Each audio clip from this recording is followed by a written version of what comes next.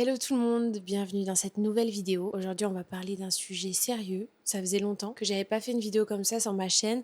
J'ai déjà fait une vidéo sur ma dépression ainsi que sur mon expérience avec le cannabis, sauf que ça date d'il y a plusieurs années maintenant. Et maintenant que je suis complètement sortie de tout ça et que tout ça c'est loin derrière moi, je me suis dit que ça pouvait être intéressant que je vous donne une update, on va dire, ou ma vision des choses avec le recul que j'ai aujourd'hui. On va parler de dépression, d'addiction, de TCA, d'anxiété, de troubles alimentaires et tout, et toutes ces belles choses qu'on adore. Avant de continuer, on a un sponsor aujourd'hui qui ne pouvait pas être plus dans le thème. Je pense que ça peut en intéresser beaucoup d'entre vous. BetterHelp, je ne sais pas si vous connaissez, c'est une application, un site qui rassemble plein de psychologues. En gros, quand tu t'inscris, tu remplis un questionnaire qui détermine un petit peu c'est quoi tes besoins.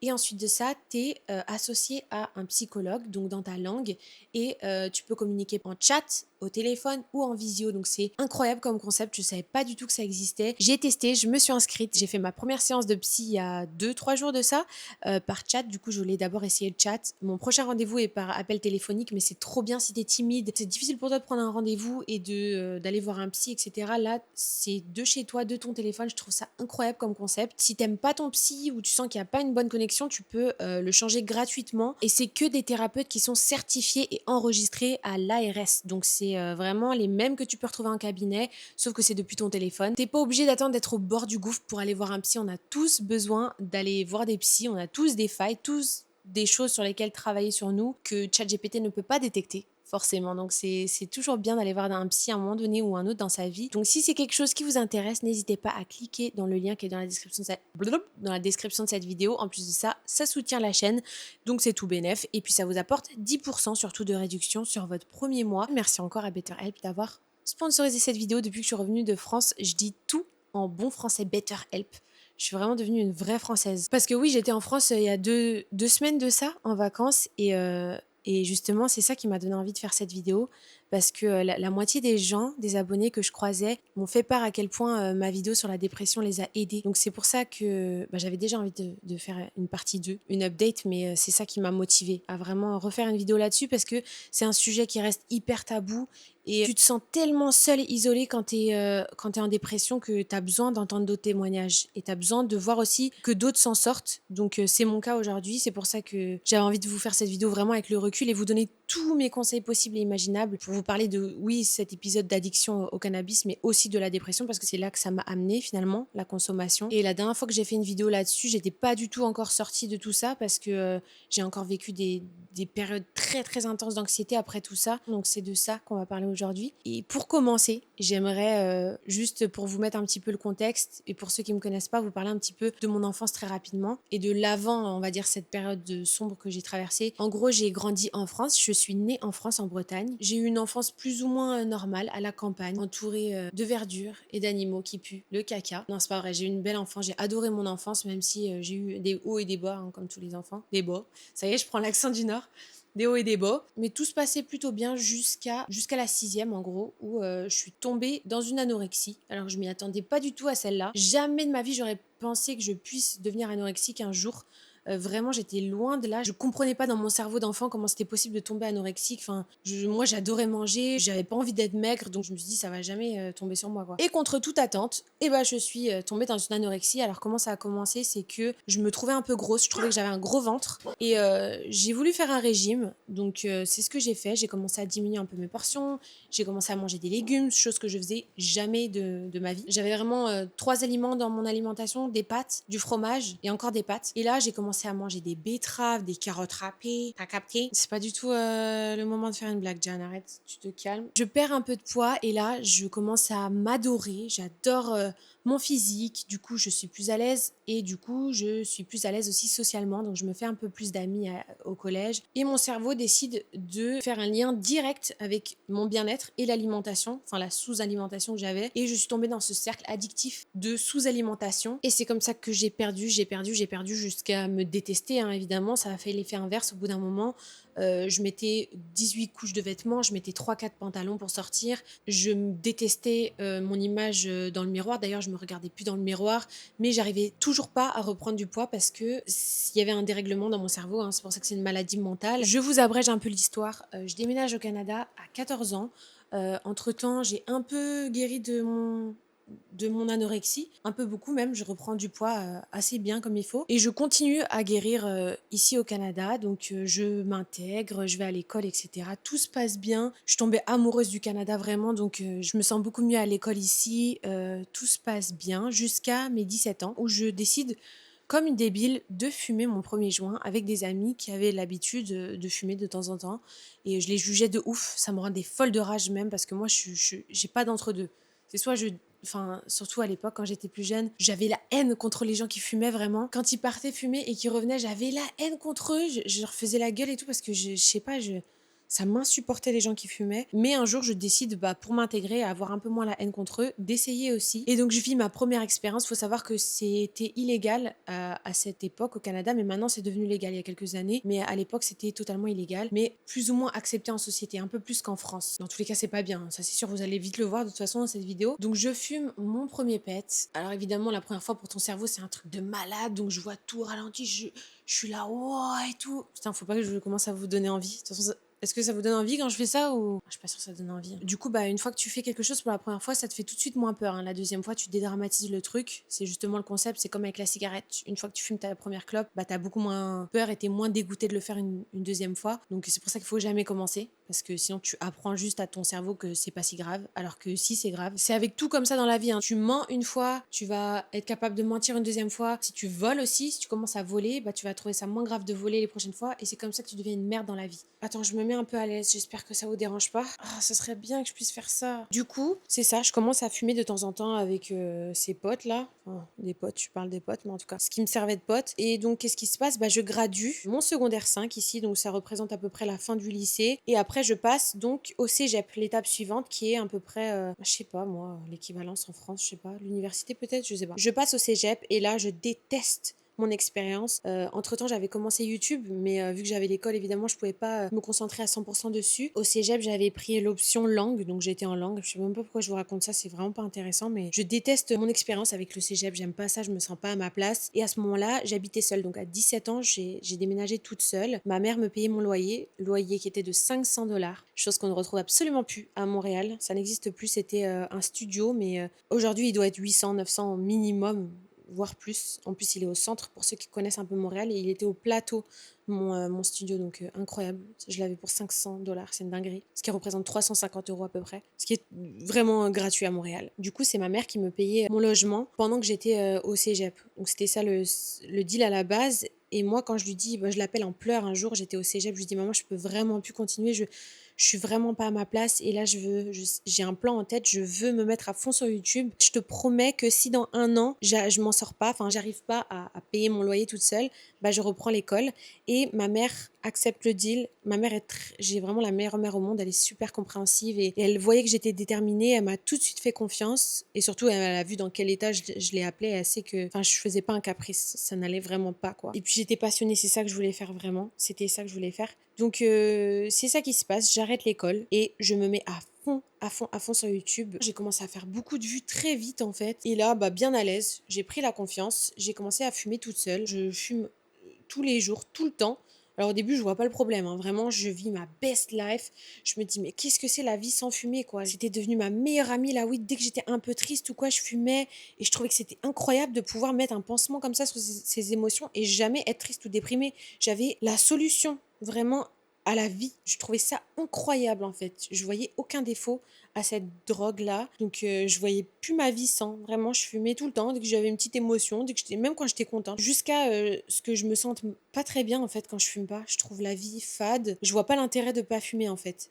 Donc, je fume de plus en plus. En parallèle, je continue mes vidéos. Je suis fonce-dé par contre à chacune de mes vidéos. Et puis là, un nouveau problème vient s'ajouter au problème existant qui est le fait que je fume constamment et que je trouve la vie méga nulle quand je fume pas. En fait, ce qui se passe quand tu fumes, c'est que t'as la fonce dalle, comme vous appelez en France. Ici, on appelle ça les munchies. Mais t'as faim de ouf. Et moi, ce qui se passe, c'est que je mange des énormes quantités à chaque fois que je fume, jusqu'à me péter le bide. Et un jour, je trouve la merveilleuse solution de dégueuler. Je me dis, est-ce que j'essaierais pas de me faire vomir? Tiens, quelle bonne idée, Jahan, imbécile que tu es. Ça me fait peur, évidemment, mais ça sort assez rapidement vu que j'ai énormément mangé. Et du coup, qu'est-ce qui se passe quand tu fais une chose dont tu as peur pour la première fois? Et tu as moins peur de le refaire. Donc je le refais une deuxième fois, une troisième fois. Je sais que c'est dangereux pour ma santé, je sais que c'est dangereux notamment pour mes dents. Ça peut te bousiller les dents de faire ça, faut jamais faire ça. Ça peut te déglinguer même ton système. Enfin, y a rien qui va, quoi. Faut vraiment pas faire ça. Je sais que j'étais en train de me bousiller la santé et qu'il fallait pas que je continue comme ça très longtemps. Je pensais que ça allait être une ou deux fois en fait. Je pensais pas que j'avais pas prévu que ça continue comme ça. Malheureusement, je tombe dans ce cercle addictif de la boulimie. Je dépense des sommes astronomiques dans la nourriture tous les jours, qui finit tous les jours dans les toilettes. C'est un secret monumental, j'en parle évidemment à personne, j'ai terriblement honte de moi, j'ai mon estime de moi du coup qui baisse un peu plus chaque jour, je me sens comme une gigantesque merde. Je commence à délaisser mon appartement, ça devient n'importe quoi, j'ai de la vaisselle qui pourrit là. Un jour, ma mère est venue, quand j'ai déménagé d'ailleurs, on a dû jeter toute la vaisselle parce qu'il y avait des couches d'écosystèmes de champignons. J'aurais pu faire du kombucha carrément, tellement il y avait des couches de champignons sur mes assiettes. Et donc, je déménage pour partir en coloc avec ma sœur. À ce moment-là, j'étais pas en full dépression. J'étais en pente descendante, ça allait de moins en moins, mais j'étais encore capable d'être heureuse, j'étais encore super enthousiaste à l'idée de faire des vidéos et j'étais surtout très enthousiaste à l'idée de déménager avec ma sœur et Vincent, son ex du coup, parce qu'on allait faire plein de contenu ensemble, on avait plein de projets et j'étais trop contente. Je me suis dit que j'allais enfin du coup plus pouvoir me faire vomir et plus pouvoir avoir ces comportements n'importe quoi envers moi-même vu que j'allais plus habiter seule. Et je déchante parce que ça ne règle absolument aucun problème. J'arrive toujours pas à arrêter de fumer. En fait, j'arrive plus du tout là. Vraiment, je me rends compte que c'est même impossible pour moi. Je n'arrive pas à rester sobre. Je dépense tout mon argent là-dedans. Tout ce qui me reste, alors qu'il me restait déjà rien de base. Je devais gagner vraiment un SMIC quoi avec YouTube. Donc j'avais un loyer à payer maintenant. Ma mère m'aidait plus. Au Canada, ici, tu as une carte de crédit. Moi, j'ai réussi à monter mon plafond jusqu'à 7000. Donc, c'est de l'argent que tu n'as pas, une carte de crédit, mais tu dois le rembourser tous les mois, sinon tu as des intérêts dessus. Moi, je dépensais cet argent que j'avais pas, vu que j'avais déjà dépensé tout l'argent que j'avais. J'essayais d'augmenter ma limite de crédit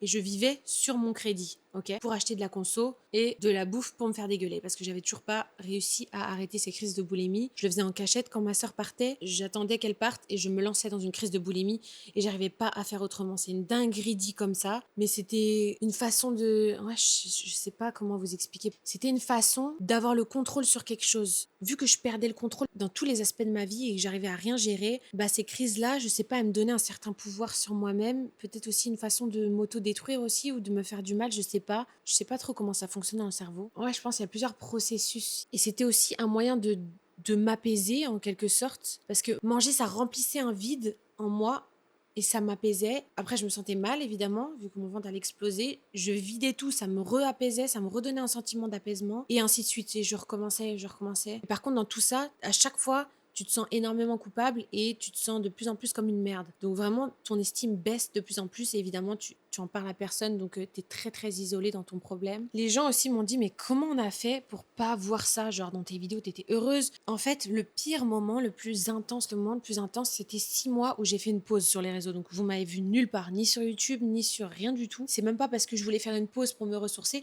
ce qui aurait pu être très très bien aussi, hein, je fais cette tête-là, mais c'était même pas du tout pour ça, c'était que j'étais incapable juste de faire une vidéo parce qu'en fait, il y avait rien qui sortait. Ça m'est arrivé d'être face à des gens, des interactions humaines, je savais pas quoi leur dire. Il y avait rien qui sortait de ma bouche. J'étais vide. Mon âme était plus là.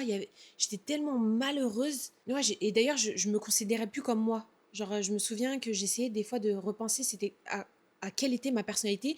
Je m'en souvenais plus. Je savais plus qui j'étais, quoi. Tellement il y avait plus de moi. Ouais, je me suis dissociée complètement de ma personne à ce moment-là. Ouais, c'est ça, c'est les 6 mois les pires. Je faisais pas de contenu. Donc vous m'avez pas vu dans ces moments-là.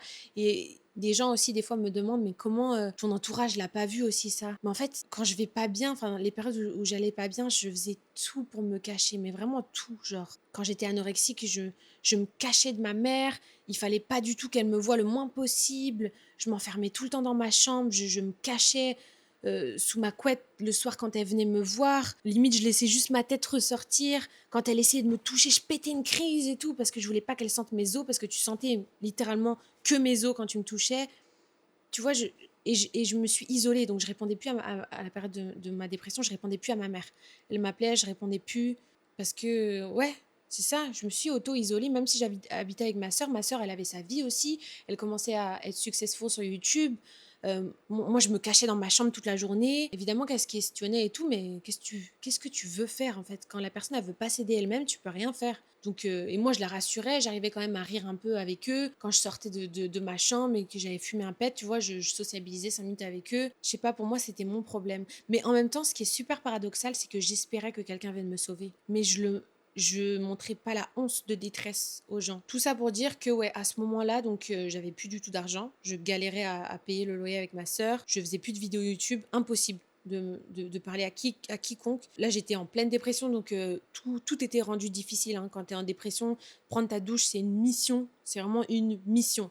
Genre, je sais pas comment décrire ça à quelqu'un qui l'a pas vécu. C'est comme si un peu il t'était arrivé toutes les galères du monde qui peut t'arriver dans la journée. Genre, t'as eu un accident de voiture, t'as eu un décès dans ta famille, t'as fait un marathon. T'es capable d'imaginer comment tu peux te sentir épuisé à la fin d'une journée comme ça? Bah, c'est comme ça tous les jours quand t'es en dépression, sauf qu'il y a rien. Il y a rien qui se passe dans ta vie. T'es juste épuisé pour rien. Et puis le pire dans tout ça, c'est pas forcément que l'épuisement, c'est ce vide intergalactique qu'il y a dans ton cerveau. T'as un vide immense en fait dans ta tête. T'es plus capable d'apprécier la vie. T'es le contraire d'être en paix avec soi-même. C'est trop difficile à décrire. C'est un enfer. C'est un enfer. Je ne saurais même pas me replonger dans l'état d'esprit dans lequel j'étais. C'est l'opposé de comment je me sens aujourd'hui. Déjà, il n'y a aucun espoir. Dans ma tête, à ce moment-là, j'allais devenir une craquette pour le restant de mes jours. Et en fait, une raison aussi pourquoi je voulais pas en parler, c'est que en fait, j'étais tellement mal que je savais que personne allait pouvoir comprendre. Et je savais même pas comment l'exprimer. Même aujourd'hui, j'ai du mal à l'exprimer.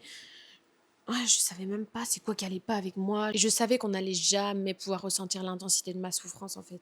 Donc, je me dis, ça sert à rien que j'en parle dans tous les cas. Je savais à ce moment-là que la première étape, c'était d'arrêter de fumer. Ça, c'était sûr et certain parce que malgré que j'avais pu ce truc d'avoir envie, même avoir envie de s'en sortir quand t'es en dépression, t'as même pas envie, vu qu'envie, ça n'existe pas. T'as pas de sentiment comme ça, de motivation quand t'es en dépression. C'est ça qui est fucked up, c'est que souvent, quand tu veux faire quelque chose, t'as une motivation qui vient avec. Mais avec la dépression, t'as pas de sentiment de motivation. Ou alors très, très, très, très, très peu. Donc comment tu veux t'en sortir? Genre, c'est vraiment une maladie de merde, genre, pour de vrai. Donc faut quand même faire les choses pour t'en sortir sans avoir envie. Genre, c'est trop bizarre. Et du coup, le seul truc que j'avais un peu envie, on va dire, c'était d'essayer d'être sobre. On va dire, mon seul objectif, c'était même pas arrêter d'être en dépression parce que c'était trop flou pour moi et trop impossible. La première étape, je savais que c'était de me retrouver avec moi-même. Donc pour me retrouver avec moi-même, il fallait que j'arrête de mettre des pansements constamment sur mes émotions. En fait, à partir du moment où j'ai ressenti que j'étais en dépression, c'est quand l'effet du cannabis ne marchait plus sur moi. Parce qu'en fait, ce qui se passe, c'est que tu t'habitues aussi au bout d'un moment. Donc t'as plus l'euphorie, ce truc au début quand tu commences à fumer, t'as le rire facile, etc. Tu te sens bien à l'aise. Non, après, t'es obligé de fumer des quantités astronomiques pour te sentir comme ça. Puis au bout d'un moment, ça marche juste plus. Donc t'es juste stone, mais t'as plus vraiment les effets de ça te rend content, ça te rend juste normal. Puis du coup, quand tu fumes pas, t'es juste pas bien. J'aimerais vous préciser un truc que j'ai jamais dit aussi, mais pour que vous vous rendiez compte de l'addiction que j'avais et que c'était pas juste comme ça, parce qu'on dit souvent que cette drogue elle est pas addictive. Ça m'est déjà arrivé à plusieurs reprises quand j'avais plus d'argent et j'étais plus capable de rien faire. D'ailleurs, j'avais adopté mon chien à ce moment-là en espérant qu'il me sorte de la dépression. Malheureusement, ça a pas du tout marché. Je galérais à le nourrir parce que j'avais plus d'argent non plus. Je bouffais du riz, et lui, je lui ai acheté des petits paquets de croquettes à chaque fois, sauf que c'est un gros golden retriever. Donc c'était un enfer. Donc là, pour me fournir aussi, c'était un enfer. Et ça m'est déjà arrivé de ramasser des mégots par terre.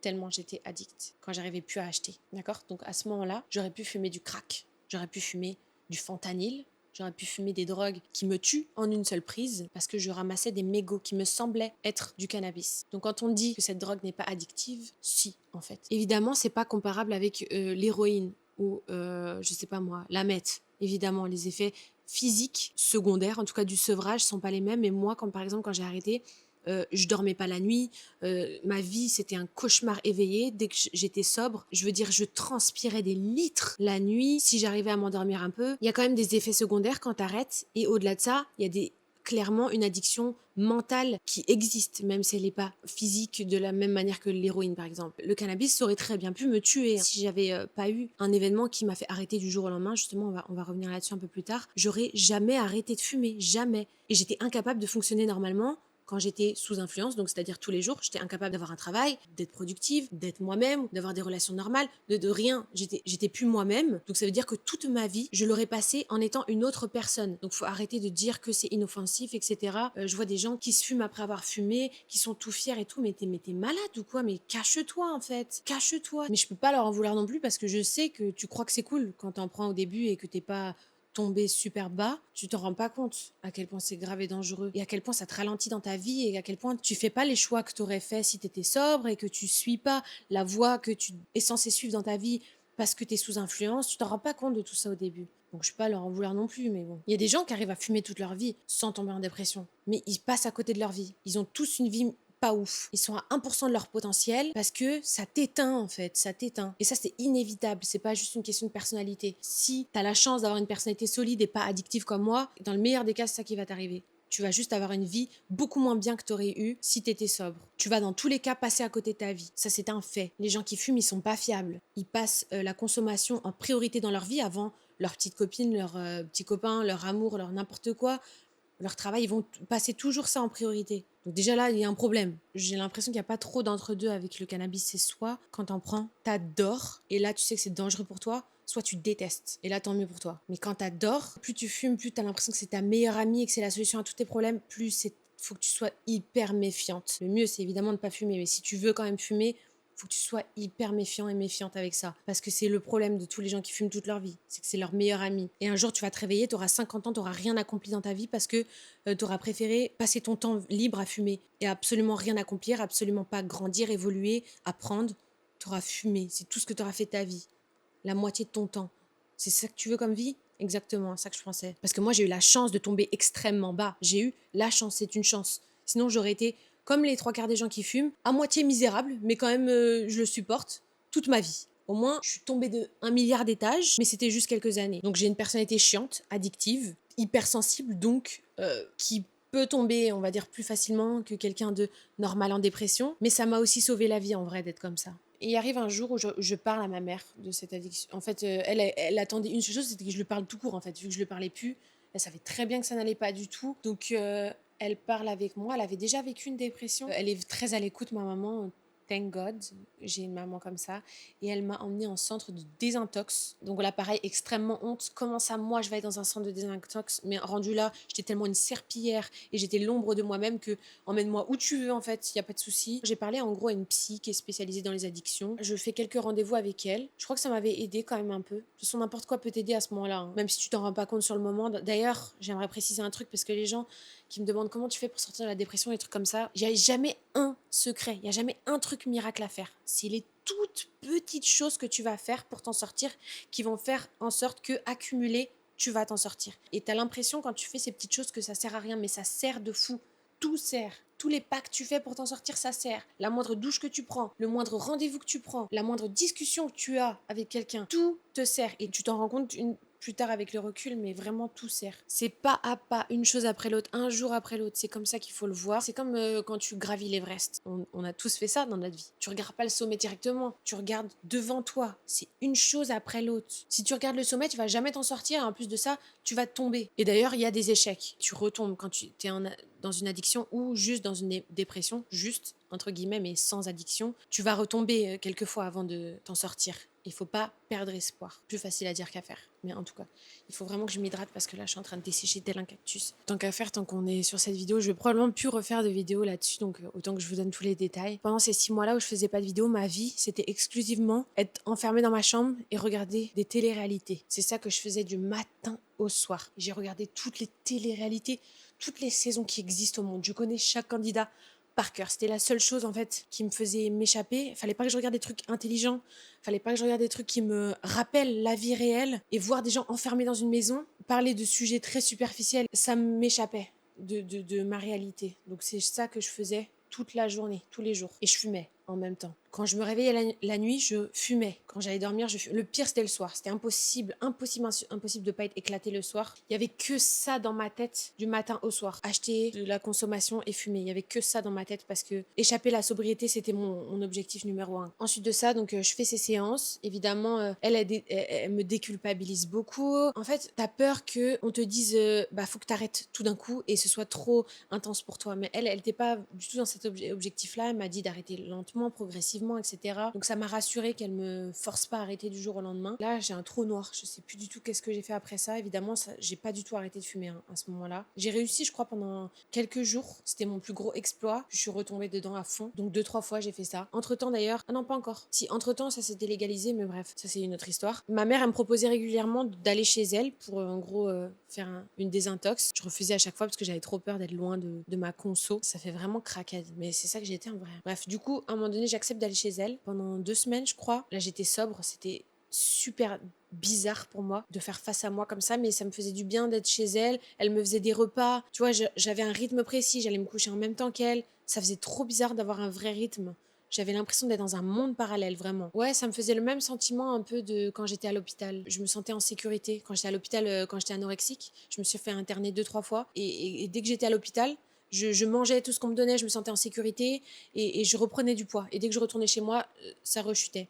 C'était un peu pareil. Avec ma mère, quand j'allais chez ma mère, c'était comme une safe place. Je faisais ce qu'elle me disait de faire, je dormais en même temps qu'elle, j'avais un cadre. Et dès que je retournais chez moi, c'était n'importe quoi. Après ces petites désintox chez ma mère, ça commence à aller mieux. Je commence à avoir de l'espoir, à voir que je peux potentiellement m'en sortir un jour, à avoir envie de m'en sortir aussi. Je commence à reprendre un petit peu les vidéos, mais là je sens qu'il faut que j'apprenne à me connaître. Je me connais plus du tout, je sais plus qui je suis. Je dois réapprendre à vivre complètement parce que j'ai perdu toutes les habitudes des humains normaux. Je suis pas sortie de chez moi pendant 6 mois, je sais plus comment prendre un rendez-vous, s'occuper de soi, être dans la vie active, travailler, je sais plus faire tout ça. Donc je dois tout réapprendre. Je continue à fumer, mais juste le soir pour m'endormir. C'était horrible de subir les soirs sobres. On va dire j'avais diminué de 50%, mais je me forçais à être sobre. C'était difficile parce que j'étais très très anxieuse jusqu'au jour où, dans la journée, je fume et je fais une crise de panique où je ressens que je suis à 2 doigts de mourir. En fait, mon cœur bat tellement fort qu'on le voit sortir de ma poitrine, c'est effrayant. Et j'avais déjà fait ça, je crois, mais ça durait 10 secondes peut-être. Là, ça dure des dizaines de minutes. J'ai un cœur qui bat tellement vite. J'ai eu la peur de ma vie. Vraiment, c'est la plus grosse peur de ma vie que j'ai eue. Mon cœur battait tellement vite, je me dis, il va juste lâcher. Je vais mourir. Je vais mourir. J'étais persuadée que j'allais mourir. J'appelle ma sœur, je lui dis que je vais mourir. Et à partir de là, j'ai eu un trauma, littéralement un trauma, parce que j'ai pu jamais retoucher au cannabis à partir de ce jour-là. Et là, on passe dans une nouvelle période, la période d'anxiété et de déréalisation, parce qu'on n'en a pas fini. Je pense que ce que ça m'a créé, le cannabis, en effet secondaire, on va dire. Alors déjà, il faut savoir que ça peut te faire devenir schizophrène. Je connais quelqu'un d'ailleurs qui l'est devenu, c'est pour ça que je croyais vraiment que ça m'avait fait ça à moi aussi. Et la déréalisation, c'est comme t'arrives pas à être là, je sais pas comment t'expliquer. C'est comme si tu quittais ton corps, c'est super angoissant. Quand tu connais pas, même quand tu connais, je pense, mais au bout d'un moment, peut-être tu t'habitues, je sais pas. T'arrives pas à être là, t'as beau te concentrer, tout t'es pas là, je sais pas comment te dire. C'est un cauchemar. C'est vraiment un cauchemar. Du coup, je faisais ça dès que je sortais de chez moi. Déréalisation. Du coup, ça me faisait paniquer. Je rentrais en courant, je croyais que j'allais mourir. Quand je paniquais, ça me faisait encore plus paniquer, vu que je sentais mon cœur battre très très vite. Catastrophe. Ça a duré je sais pas combien de temps. Ça me faisait tellement peur que j'avais peur d'aller voir un médecin pour qu'il me diagnostique comme une folle. Du coup, j'étais dans le déni. Je lui dis non, non, non. En fait, c'était même pas dans le déni, j'étais comme non, non, non. Je veux pas être comme ça, non, non, ça va se régler. C'est impossible que je devienne folle. C'est impossible. Il était hors de question que je sois diagnostiquée schizophrène ou je sais pas quoi. Oh, malheureusement, peut-être il y en a qui regardent cette vidéo qui sont schizophrènes, je suis désolée, mais ça me faisait trop peur. En fait, il était hors de question qu'on me diagnostique quelque chose. Il fallait que je règle ça par moi-même. Du coup, je dis à personne, parce que ça allait rendre le truc réel, de dire même à ma mère ou quoi, je voulais pas rendre ça réel, c'était trop paniquant comme sensation. Ensuite, la déréalisation s'est calmée un peu. Entre-temps, j'arrête le cannabis parce que je fais cette crise de panique terrible. Sauf que là, je suis anxieuse tout le temps. Tout le temps, tout le temps, tout le temps, tout le temps, tout le temps. Quand je suis dans n'importe quoi, un Uber, crise de panique, au point que je crois que je vais mourir. En fait, c'est ça. C'est ça, mes crises de panique, comment ça se manifeste, c'est que j'ai l'impression que je vais mourir. Et je suis persuadée. Parce que ça paraît abstrait, tu vois, quand tu l'as pas vécu. Quand on te dit, ouais, j'ai fait une crise de panique, j'avais l'impression que j'allais mourir, c'est comme, j'avais l'impression. Non, non, c'est pas ça.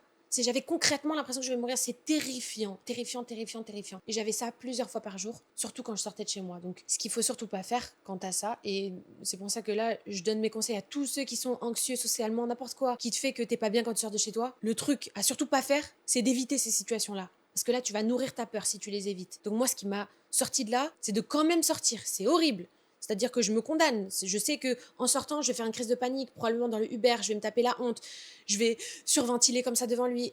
Mais il faut que je le fasse. Parce qu'il faut affronter ces trucs-là, sinon si tu le fais pas, ça va juste s'amplifier. Aussi à ce moment-là, donc j'avais repris un peu les vidéos, je faisais des vidéos de Jan et Roman, terrible, tous les avant-tournages, terrible, crise de panique avant chaque tournage. Quand je faisais des vidéos, ça me demandait tellement encore d'efforts, parce que la dépression, c'est ça que ça m'avait donné en fait comme séquelle entre guillemets, c'est que tout était une charge mentale immense. J'avais trop habitué à mon corps à rien faire. Tout était une charge mentale immense et j'étais faible, mentalement tellement faible et incapable de subir la moindre pression, que tout était n'importe quoi que j'avais à faire dans la journée, ça m'envahissait, quoi, de stress. Donc, dès que j'avais un tournage pour Jan et Roman, je devais me préparer des jours à l'avance parce que c'était tellement de stress pour moi. Après, j'ai dû deal aussi avec plein de défauts que je détestais, du coup, qui étaient installés chez moi. La procrastination, notamment. La procrastination, c'est pareil. Il y a des gens qui vont te dire, non, mais ça, c'est comme ça que je suis. Genre, non, non, c'est pas comme ça que t'es. C'est un défaut que tu peux changer, vraiment. Tous les défauts, tu peux les changer. Il faut arrêter de croire que c'est ancré en toi. Je suis une personne dépressive, je suis une personne anxieuse. Non, non, non, moi je me suis jamais définie avec mes troubles. Aujourd'hui, je vis encore beaucoup de stress, j'ai encore des résidus, tout ça, je travaille là-dessus, même si je m'améliore énormément parce que j'affronte et je fais en sorte de m'en sortir et je fais en sorte de pas alimenter ces peurs-là et ces défauts-là, entre guillemets. Rien ne fait partie de toi. Tu peux tout changer de toi, vraiment. On se rend pas compte, on a un pouvoir immense sur nous-mêmes, on est capable de changements énorme, vraiment, quand on travaille sur soi, vraiment. Je suis présentement l'opposé total de ce que j'étais il y a quelques années. Si on m'avait dit que j'étais capable de voyager seule, de vivre une journée sans faire une crise de panique, tout ça, c'était des rêves dans ma tête. Genre, c'était des rêves. Juste arrêter le cannabis, être capable d'être sobre sans que ce soit une souffrance, c'était mon rêve absolu. C'est pour ça quand on me demande, c'est quoi ton rêve dans la vie? Mais moi, j'ai réalisé mon rêve. Je vis un rêve éveillé. Ouh, attendez, parce que j'ai envie de chialer. Je voulais trop pas pleurer, je voulais que cette vidéo elle soit vlad chill et tout. En plus, j'ai tellement de recul sur cette situation. Je sais pas pourquoi je chiale comme ça. J'étais pas du tout partie pour ça de base. Mais en fait, je suis tellement reconnaissante, genre. C'est pas des larmes de tristesse. En fait, quand t'as vécu des dingueries dans ta vie, tu te rends vraiment compte qu'il y a que ça d'important, la santé mentale, la santé en général, en fait. Il y a que ça. Et avant, quand j'étais plus petite ou quoi, tu le dis, tu vois, quand t'es petite, oui, la santé, mais tu t'en rends pas vraiment compte. C'est pour ça que le cerveau, il est trop con aussi. Il est toujours obligé de tomber fucking bas pour se rendre compte réellement de la valeur de la vie de ce qui est vraiment important. C'est pareil quand je sais pas, quand tu fumes des clopes, il te faut un cancer fucking grave pour que t'arrêtes de fumer. C'est toujours, faut que t'attendes qu'il se passe des dingueries. Et pendant longtemps, je m'en voulais tellement d'avoir perdu ces années-là avec cette dépression, cette addiction et tout, parce que quand j'ai commencé YouTube, mes vidéos décollaient tellement bien, je sais que j'aurais pu aller loin, entre guillemets, si j'avais pas fait cette grosse pause et que j'avais pas tout gâché, parce que c'est comme ça que je le voyais. Pour moi, j'avais gâché ma carrière, vraiment, j'avais tout gâché, tu vois, donc je m'en voulais de fou. Parce qu'il y a que ça dans ta vie, quand t'es créateur de contenu, il y a que ça dans ta vie. Donc moi, j'avais gâché ma vie pour moi. En plus, les années, quand t'es jeune comme ça, 4 ans, 3 ans, 4 ans, c'est énorme, c'est genre 15 ans d'âge adulte. Quand t'es jeune, les années, elles sont tellement importantes que ouais, je sais pas comment dire. Mais ouais, pour moi, j'avais tout ruiné. Mais pourquoi je disais ça? Je sais plus. Ah oui, c'est ça, que t'es obligé de tomber fucking bas pour te rendre compte. Et maintenant, ça, je vous jure, je vous dis pas ça pour dire des belles phrases toutes faites comme ça, je le pense profondément et c'est pour ça que je suis profondément heureuse aujourd'hui, vraiment, vraiment, vraiment heureuse. C'est que tant que j'ai la santé, tant que je peux évidemment survivre et que j'ai un peu d'argent, que mes proches sont en vie, c'est un rêve, c'est un rêve. Tant que ma santé mentale va bien, tant que je suis pas en dépression, c'est un rêve parce que je me souviens très très bien, et ça j'espère que je vais toujours m'en souvenir, c'est que quand j'étais au plus mal, mon rêve absolu, c'était juste de plus être en dépression, c'était mon rêve absolu. Donc jamais aujourd'hui, ma santé mentale, je la prendrai pour acquis, jamais, jamais. Et je sais très bien que là, je vis un rêve et ça peut que aller pire, parce que j'ai conscience aussi que j'aurai pas toujours ça malheureusement. Je vais peut-être perdre des proches avant que moi je décède, je vais peut-être retomber en dépression un jour. Donc je savoure chaque instant que la vie me donne tant que je vais bien, parce que je sais que ça peut aller que pire.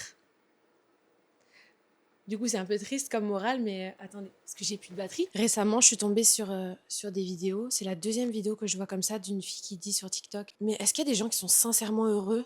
Genre, est-ce qu'il y a des gens qui se lèvent là le matin qui sont sincèrement heureux? Bon, heureusement, il y en a qui sont heureux dans les commentaires, mais il y en a plein qui ressentent la même chose et ça me rend tellement triste. J'ai l'impression qu'il y a tellement de jeunes qui sont pas heureux et ouais, ça me rend trop triste. Et vraiment, le conseil que je pourrais vous donner, il faut apprendre à se connaître. Moi, ce qui a fait que j'ai pu travailler sur mes failles, c'est que j'ai appris à reconnaître mes failles. Donc ça, c'est la première étape. Il faut vraiment apprendre à se connaître. Quand tu sais pas qui tu es, quand tu sais pas ce qui va pas, que c'est brouillon dans ta tête, tu peux pas aller mieux, tu peux pas t'améliorer quand tu sais pas ce qu'il y a à améliorer. Donc ça, c'est vraiment le premier conseil que je vous donnerais. Identifier qu'est-ce qui va pas, identifier les choses à travailler sur vous, et vraiment le temps guérit tout pour de vrai. Il y a un facteur que tu peux pas maîtriser, c'est vraiment le temps. Il faut de la patience. Vraiment, c'est long le processus pour sortir d'une dépression, sortir d'une addiction. Pour l'anxiété en particulier, les conseils que je peux vous donner, que j'ai appliqués récemment, j'ai fait très très peu de crises de panique. En tout cas, ces derniers mois, j'en ai pas fait du tout. J'en faisais quasiment tous les jours avant. Il faut affronter et apprendre à gérer ces crises d'angoisse-là, pas les éviter. C'est ça qui va faire que tu vas en avoir de moins en moins. Quand elle vient, la crise d'angoisse, il faut que tu la laisses venir, que tu acceptes ton destin, entre guillemets. Romane, par exemple, ses crises d'angoisse, c'est elle a peur de vomir. Donc c'est ça son trigger. Tu sais, on a chacun un truc. Après, chacun vit ses crises d'angoisse différemment. Moi, c'est mourir. J'ai l'impression que je vais mourir. Donc du coup, qu'est-ce que je fais quand elle vient, la crise d'angoisse?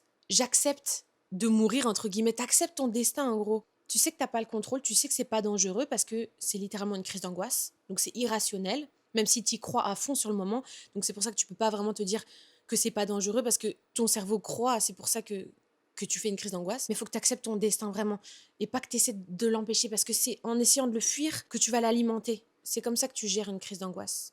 C'est ça pour moi la définition de gérer une crise d'angoisse, c'est pas essayer de la fuir, c'est de l'accepter. Et au fur et à mesure, tu vas voir que tu vas en faire beaucoup moins si tu fais ça à chaque fois. Parce que ce qu'on a tendance à faire quand on fait une crise d'angoisse, c'est de s'accrocher à n'importe quoi, d'essayer de la fuir, quoi. Finalement, ça fait 12 fois que je répète la même chose. Si tu fais des crises de panique dans les transports, bah retourne dans le transport. C'est horrible hein, sur le moment parce que c'est rajouter de la souffrance sur de la souffrance, mais c'est que comme ça que tu vas t'en sortir.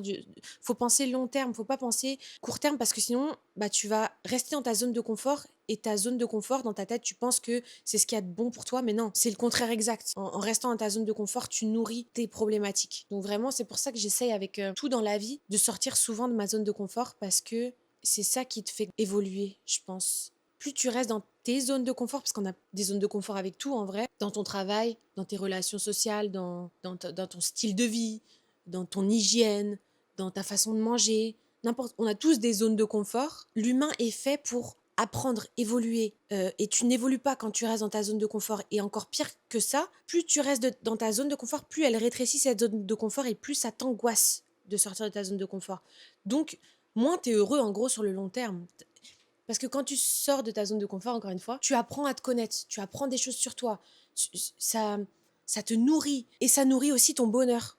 Donc, c'est ça. Ma phrase, elle finit pas de manière très ouf. Je suis un peu déçue. Des fois, souvent, on attend d'avoir envie de faire les choses pour les faire. Mais il faut pas que tu attendes d'avoir envie. Ton cerveau, par exemple, il aime pas sortir de sa zone de confort. Pourtant, c'est ce que tu as besoin.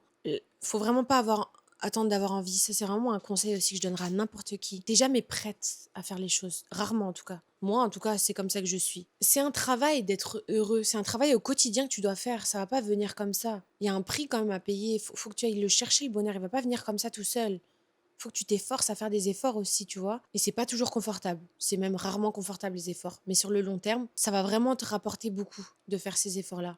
Et tu auras une base plus solide, tu te sentiras plus fort, tu auras de plus en plus confiance en toi et tu auras aussi de moins en moins peur de faire des choses qui te font peur.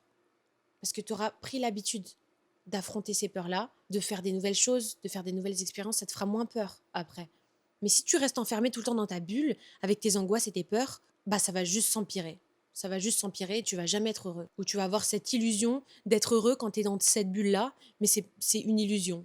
Et la vie, elle défile à une vitesse pas possible. Tu t'en rends pas compte quand tu es jeune en dessous de tes 20 ans, tu t'en rends pas compte. Tu as l'impression que la vie, elle est lente. La vie, elle est pas lente. C'est souvent les gens, même ils vont te dire, oh, t'as le temps, t'es jeune. Non, non, t'as pas le temps.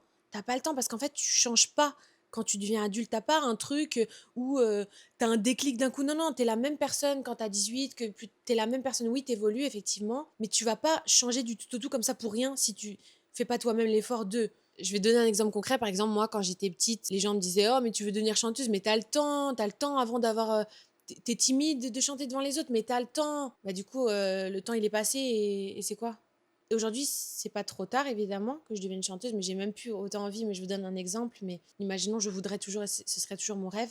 Je suis terrifiée à l'idée de chanter sur scène devant les gens. Ça n'a pas changé. Donc, si je voudrais régler cette problématique, je devrais me forcer à faire des énormes flops sur scène parce que je me vomis dessus quand je chante devant les gens. Donc, t'as pas le temps, tu vas pas changer du tout au tout. Commence maintenant, c'est ça que je veux dire en gros. Genre, commence maintenant. Il n'y a pas un jour où tu vas te réveiller, où c'est bon, tu auras acquéri un nouveau skill out of nowhere. Genre, ça va pas arriver. C'est pareil avec tes angoisses ou je sais pas, n'importe quelle problématique que t'as. Tu vas pas un jour te réveiller et plus l'avoir si tu fais pas les efforts de plus l'avoir. Et la vie, elle passe en 2 secondes. En 2 secondes. Quand tu dépasses la vingtaine, plus tu vas en âge, plus le temps, il passe en x2. C'est terrifiant.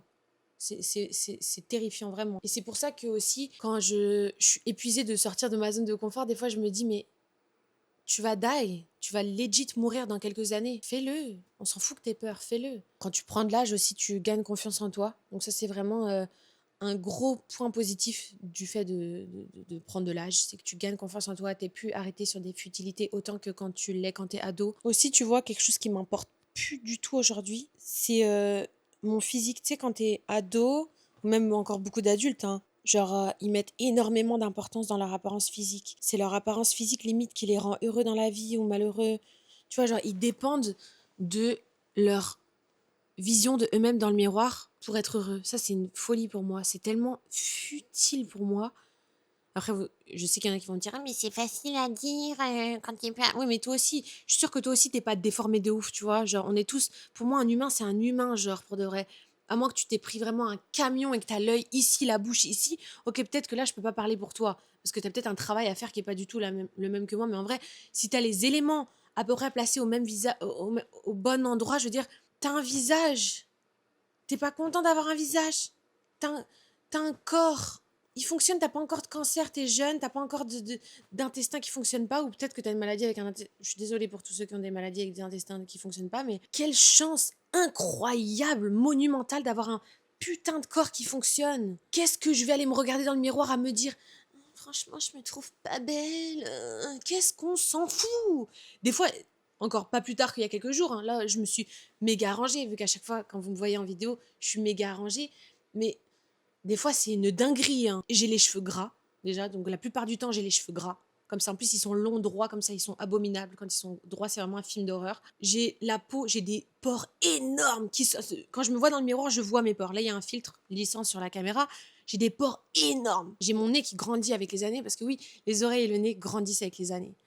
J'ai un œil qui est de plus en plus gros que l'autre. Là, peut-être que vous ne le voyez pas, mais j'ai vraiment un œil plus grand que l'autre. Je suis habillée comme une guenille les 3 quarts du temps parce que je suis chez moi et j'en ai rien à faire de bien m'habiller. Et j'ai la flemme de passer 3 heures à me faire belle, même si, évidemment, faut pas. On est des humains, hein, ça nous fait tous plaisir d'être beau, belle et tout, évidemment. Mais en fait, les 3 quarts du temps, je suis pas concentrée là-dessus et ça me fait chier de me faire belle pour rien, entre guillemets, quand j'apparais pas en vidéo ou quoi. Du coup, je suis abominable quand je suis chez moi. Vraiment, je fais flipper. Et souvent, je skip des douches. Donc, en plus de ça, je schlingue de ouf. Et des fois, quand je croise mon reflet dans le miroir, ça me fait peur, ça me fait sursauter. Mais je tourne la tête et je passe à autre chose. Tu vois ce que je veux dire? Je vais pas m'attarder sur le fait de me regarder, mais je suis affreuse. Moi, je suis hyper heureuse de fonctionner. Et je sais qu'un jour, je vais plus fonctionner. J'ai quelques années devant moi avant d'arrêter de fonctionner. Qu'est-ce que je vais me casser la tête à ne pas m'aimer, nanana. C'est pas le temps pour ça. J'ai pas du tout le temps pour ça. Et puis, je sais pas, à un moment donné, il faut être content de ce qu'on a, je sais pas. J'ai les éléments bien placés, c'est déjà bien pour de vrai. J'ai des épaules à peu près là où il faut. Bon, j'ai un corps un peu biscornu des fois, mais c'est pas grave.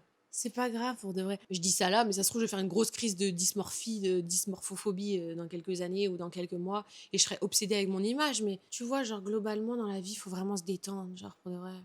C'est tellement pas important, genre, le physique. En plus, la majorité des gens se sous-estiment. Ils pensent qu'ils sont pas beaux, mais en fait, tu peux être aussi belle qu'une célébrité. Il faut juste que tu t'arranges.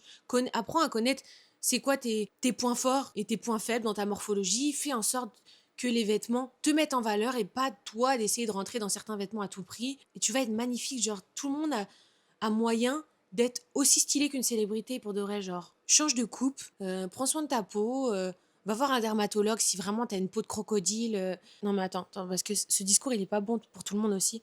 Je sais très bien qu'il y a des défauts qui te font faire des fixettes et tout, mais il y a la chirurgie aussi qui existe pour ça et je suis pas du tout contre d'ailleurs. Bien au contraire, je vais peut-être en faire une dans quelques années. Mais bref, tu vois, genre, dans ma vie de tous les jours, je fais plus du tout de fixette sur mon physique et ça, je pense que ça m'aide beaucoup avec mon bonheur parce que c'est plus du tout quelque chose auquel je pense. Et ça, c'est depuis que vraiment j'ai le mindset d'arrêter d'être body positif, mais plutôt d'être body neutre. Mais ça, on en parlera dans ma prochaine vidéo parce que bah, c'est un peu le sujet. En tout cas, en ce qui concerne cette vidéo, je pense que j'aurais jamais à peu près tout dit. Hein. Je vous ai résumé plus de 4 ans de ma vie en, je sais pas, peut-être 30 minutes, 1 heure. J'espère quand même que cette vidéo vous aura plu, je sais pas trop. Dites-moi dans les commentaires. Si vous allez bien, je vous souhaite vraiment que ça dure le plus longtemps possible. Si vous allez pas bien, soyez patient. Allez voir un psy. Inscrivez-vous sur BetterHelp si vous avez la flemme de faire appel à un psy ou si vous voulez tester tout simplement l'application, n'hésitez pas. Encore une fois, à cliquer dans le lien dans la description de la vidéo. Mais hors promo, je vous souhaite vraiment, vraiment, vraiment de trouver la paix et peu importe le temps que ça prendra, quand vous serez sorti de tout ça, parce que c'est même pas une possibilité, vous serez un jour sorti de tout ça, c'est un autre monde qui vous attend, vraiment, c'est un autre monde que vous n'êtes même pas capable de visualiser maintenant. Mais on se rend pas compte, quand on va très très mal, que c'est possible qu'un jour la vie soit belle à nouveau et à quel point elle peut être belle, vraiment. Tout peut changer du tout au tout dans ta vie, genre. Et dans 5 ans, tu peux être une personne que tu soupçonnes même pas pouvoir être un jour. Je sais pas si ça a du sens. Je vous fais plein de gros bisous. J'espère que ce petit podcast vous aura plu. Je vous aime fort. Et à très bientôt pour une prochaine vidéo qui sera dans un tout autre registre, un peu plus joyeux en tout cas. Je vous fais plein de gros bisous et je vous dis à la prochaine dans une prochaine vidéo. Bye!